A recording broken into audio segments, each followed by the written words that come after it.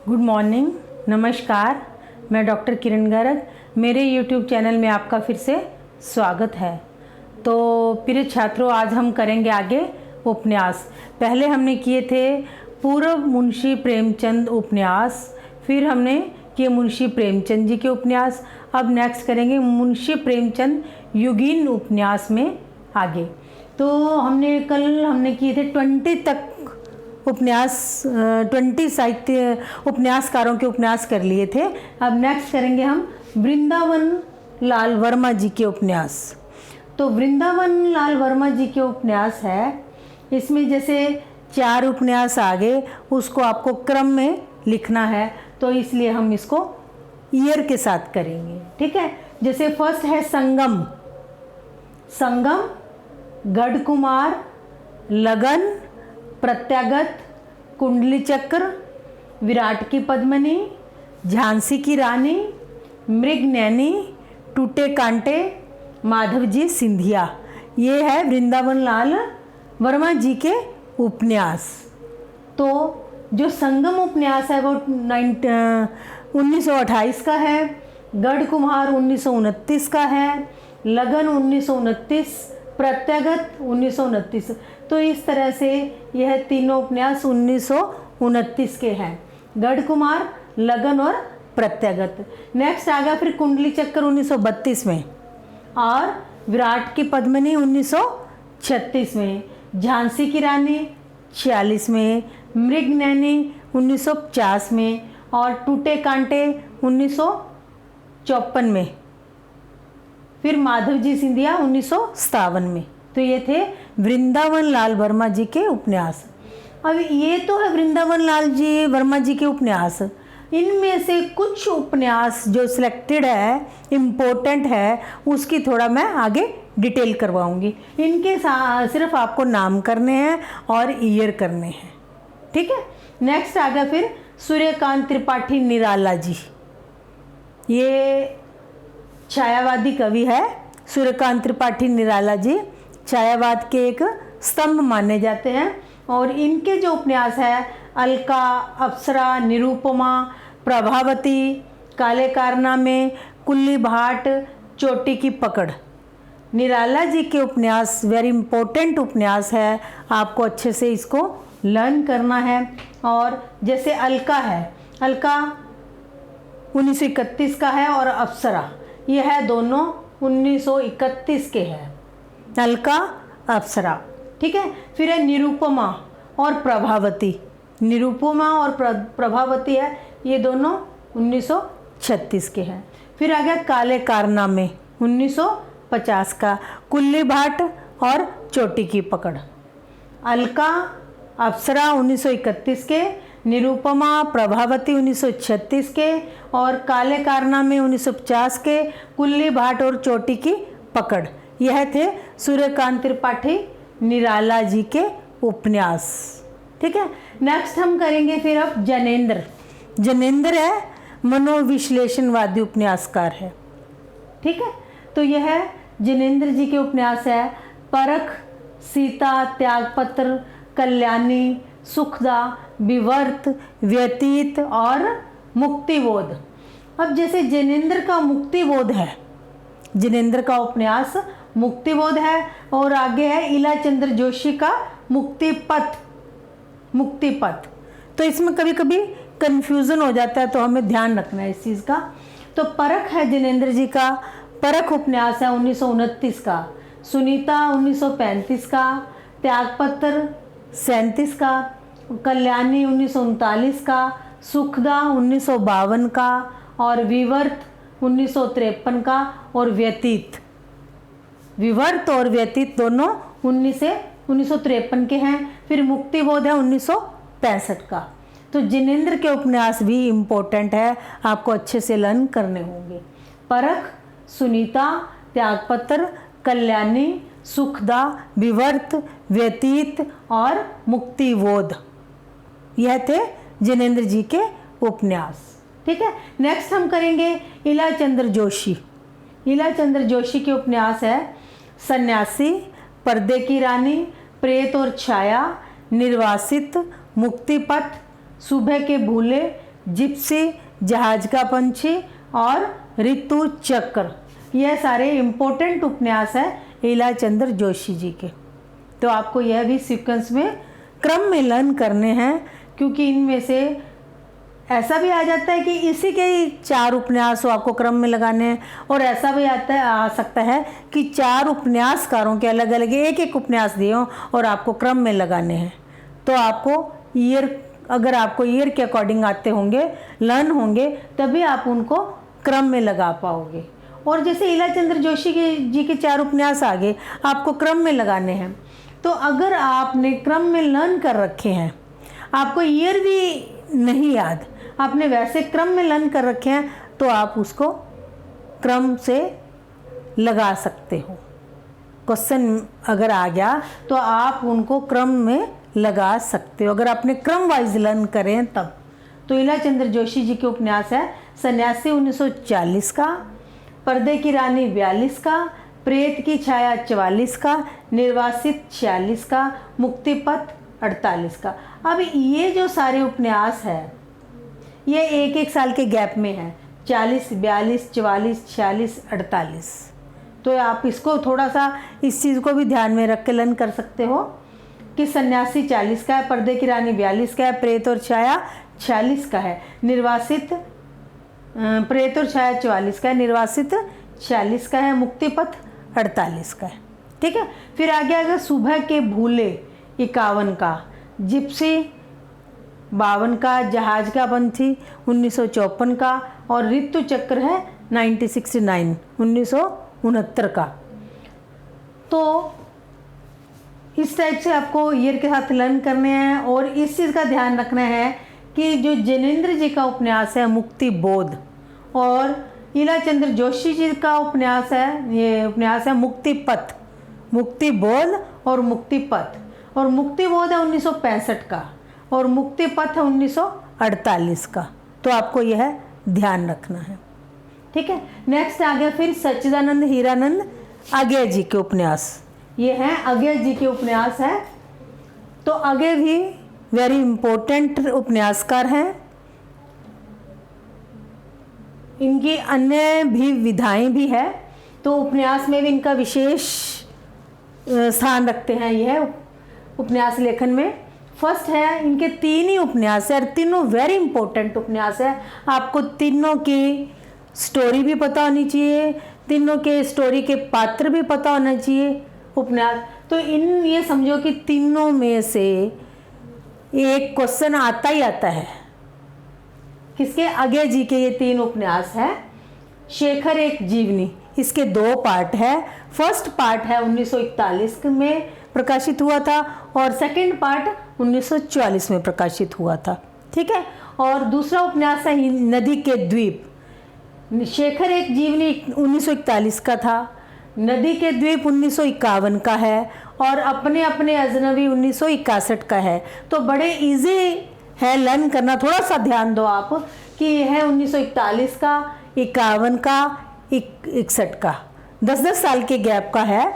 तो बड़े ही आसान तरीके से हम इसको लर्न कर सकते हैं तीनों उपन्यास को। शेखर एक जीवनी 1941 में फर्स्ट पार्ट, सेकंड पार्ट 1944 में, और नदी के द्वीप 1951, अपने अपने अजनबी 1961। तो यह तीनों ही उपन्यास वेरी इंपॉर्टेंट है। अगय जी के तीनों की आपको स्टोरी पता होना चाहिए, पात्र पता होना चाहिए। तो इससे संबंधित कोई भी क्वेश्चन आ सकता है, आता ही है, मोस्टली आता है। ठीक है, नेक्स्ट हम करेंगे यशपाल जी। यशपाल जी के उपन्यास है पार्टी कामरेड, दादा कामरेड, देशद्रोही, मनुष्य के रूप, अमिता, दिव्या, झूठा सच। अब झूठा सच जैसे है, इसकी स्टोरी पता होना चाहिए, वेरी इंपॉर्टेंट है। ठीक है, फिर तेरी मेरी उसकी बात। यशपाल जी के उपन्यास भी इम्पोर्टेंट है, वेरी इम्पोर्टेंट है। आपको पता होना चाहिए कि यह उपन्यास किसका है, यशपाल जी का। ठीक है, इनमें से कोई भी उपन्यास जब सामने आएगा हमें, तो हमें पता होना चाहिए कि ये किसका है। ठीक है, पार्टी कामरेड, दादा कामरेड, देशद्रोही, मनुष्य के रूप, अमिता, दिव्या, झूठा सच, तेरी मेरी उसकी बात। तो यह जैसे अमिता है, दिव्य है, मनुष्य के रूप है, ये कामरेड है, देशद्रोही है। तो यह क्वेश्चन मतलब यह उपन्यास क्वेश्चन पिछले ईयर के जो क्वेश्चन है उनमें बार बार इससे संबंधित क्वेश्चन आए हुए हैं। ठीक है, नेक्स्ट हम करेंगे भगवती चरण वर्मा के उपन्यास। तो भगवती चरण वर्मा के उपन्यास है, फर्स्ट है पतन, चित्रलेखा, टेढ़े मेढ़े रास्ते, आखिरी दाव, भूले बिसरे चित्र, वह फिर नहीं आई, सामर्थ्य और सीमा, सच्ची सीधी बात, सभी नचावत राम गोसाई और चाणक्य। यह थे भगवती चरण वर्मा जी के उपन्यास है। आपको इसी तरह क्रम से करने हैं। और जैसे फर्स्ट है पतन, चित्रलेखा, टेढ़े मेढ़े रास्ते, आखिरी दाव, भूले बिसरे चित्र, वह फिर नहीं आई, सामर्थ्य और सीमा, सच्ची सीधी बात, सभी नचावत राम गोसाई और चाणक्य। अब इसमें जैसे भूले बिसरे चित्र है, टेढ़े मेढ़े रास्ते हैं और सामर्थ्य और सीमा है, सब सच्ची सीधी बात, सभी नचावत राम गोसाई, यह इम्पोर्टेंट उपन्यास है। ठीक है, अब नेक्स्ट करेंगे हम अमृतलाल नागर जी के उपन्यास। यह भी इम्पोर्टेंट उपन्यासकार है जी। और इनके उपन्यास है जैसे महाकाल, सेठ बांकेलाल, बूंद और समुद्र, शतरंज के मोहरे, सुहाग के नूपुर और अमृत और विष, मानस का हंस, नाच्यो बहुत गोपाल, खंजन नयन, करवट पीढ़ियाँ। ये सारे जो उपन्यास हैं इम्पोर्टेंट है। और इनमें विशेष है बूंद और समुद्र, शतरंज के मोहरे, यह भी इम्पोर्टेंट है। ठीक है, फिर है अमृत और विष, मानस का हंस, खंजन नयन, यह इनके इम्पोर्टेंट उपन्यास है। तो महाकाल का समय है 1947 का, सेठ बांकेलाल 1955 का है, बूंद और समुद्र है 1956 का, शतरंज के मोहरे हैं 1959 का, ठीक है 1959, सुहाग के नूपुर है 1960 के। नेक्स्ट है अमृत और विष 66 का, फिर मानस का हंस 1972 का और नाच्यो बहुत गोपाल 1978 का। खंजन नयन सूरदास जी से रिलेटेड है, यह संबंधित सूरदास जी का वर्णन है इसमें 1981 का। करवट 1985 का, पीढ़ियाँ 1990 के। तो यह थे अमृतलाल नागर जी के उपन्यास। ठीक है, नेक्स्ट हम करेंगे रांग्या राघव जी के। रांग्या राघव जी के उपन्यास भी वेरी इंपॉर्टेंट है। ठीक है, इसमें है घरौंदे, विषाद मठ, मुर्दों का टीला, चीवर, सीधा साधा रास्ता, हजूर और कब तक पुकारूं, पक्षी और आकाश, बूंद और वीन, राई और पर्वत, राह न रुकी, छोटी सी बात, महायात्रा, प्रोफेसर और आखिरी दाव। यह उपन्यास है रांग्या राघव जी के। तो रांग्या राघव जी के हमने 15 उपन्यास मेन उपन्यास नोट किए हैं। वैसे उपन्यास तो इसके अलावा और भी बहुत लिखे हुए हैं, परंतु मेन उपन्यास हमने यहाँ पे लिखे हैं। तो घरौंदे 1946 का है, विषाद मठ भी 1946 का। घरौंदे और विषाद मठ दोनों 1946 के उपन्यास है। ठीक है, फिर आ गया मुर्दों का टिल्ला 1948 का और चीवर 1951 का है। सीधा साधा रास्ता, हजूर और चीवर, ये तीनों 1951 के उपन्यास है। चीवर, सीधा साधा रास्ता, हजूर 1951 के तीनों। नेक्स्ट आ गया फिर कब तक पुकारूं, पक्षी और आकाश, ये दोनों 1957 के हैं।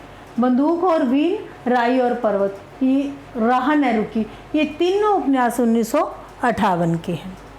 नेक्स्ट है फिर छोटी सी बात 1959 का, महायात्रा 60 का और प्रोफेसर 61 का। ये तीनों आगे एक एक साल के गैप में 59, 60 और 61। ठीक है, फिर आखिरी आवाज़ है 1963 के। तो यह सारे उपन्यास है रांग्या राघव जी के। ठीक है, नेक्स्ट हम करेंगे बाण भट्ट की हजारी प्रसाद द्विवेदी जी के। तो हजारी प्रसाद द्विवेदी जी के 4 उपन्यास है, चारों वेरी इंपॉर्टेंट है। जिसमें से जैसे फर्स्ट है बाण भट्ट की आत्मकथा, चारु चंद्रलेखा, पुनर्वा, अनामनाथ का पोथा। तो यह चारों आपको पहली बात तो क्रम में लर्न होने चाहिए। बहुत बार ये चारों जैसे उपन्यास आते हैं आपको क्रम में लगाने हैं, और इसके साथ साथ इन चारों का ईयर भी आपको पता होना चाहिए, क्योंकि अगर ये चारों इकट्ठे नहीं भी आते तो कई बार ऐसा भी आ जाता है कि 4 उपन्यासकारों के उपन्यास है, उसमें से एक हजारी प्रसाद द्विवेदी जी का है, तो आपको ईयर पता होना चाहिए। जैसे बाणभट्ट की आत्मकथा है, वेरी इंपॉर्टेंट उपन्यास है, इसकी स्टोरी भी आपको पता होनी चाहिए, और इनका टाइम है 1946 का। नेक्स्ट है चारु चंद्रलेखा 1963 का, पुनर्वा 1973 का, और अनामदास का पोथा है 1976 का। तो इस तरह से ये चारों उपन्यास है हजारी प्रसाद द्विवेदी जी के।